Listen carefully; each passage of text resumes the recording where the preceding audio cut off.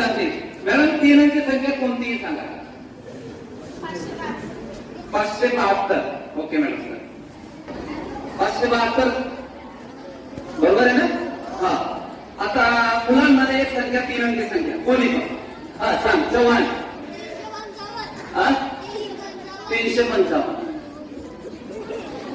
बघा 355. 3 अंकी संख्या एक कोणतीही सांगा. 900.